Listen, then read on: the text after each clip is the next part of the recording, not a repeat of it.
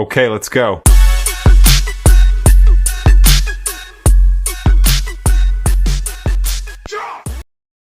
Chapter 5 delves into Dr. Abiola Afolabi's past and the events leading up to his involvement with AGDA and Path Alpha.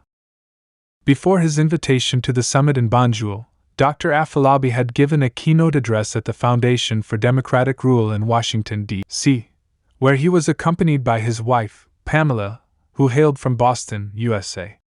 During their visit, they spent time with Pamela's widowed father, whom Dr. Afolabi fondly remembers for his watch that could check various health parameters.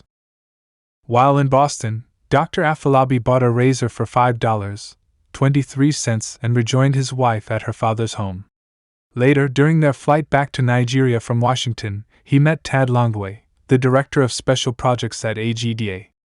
Mr. Longway had been impressed by Dr. Afolabi's address and its brilliance. He shared AGDA's mission to mobilize discontent in Africa's current state into a will to change it, and invited Dr. Afolabi to participate.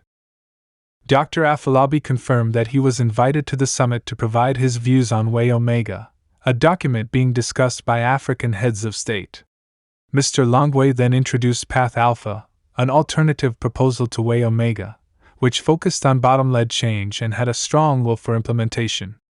He asked Dr. Afolabi to guide 4 Path Alpha travelers and adherents who would be sent as observers to the same summit where he would serve as an advisor.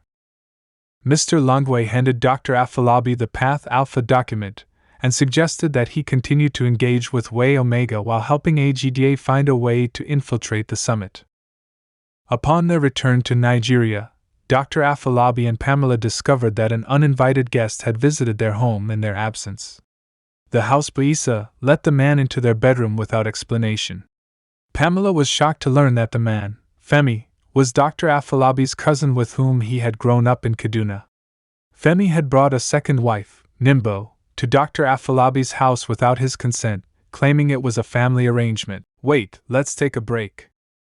If you are new here, please help us grow by clicking on the subscribe button.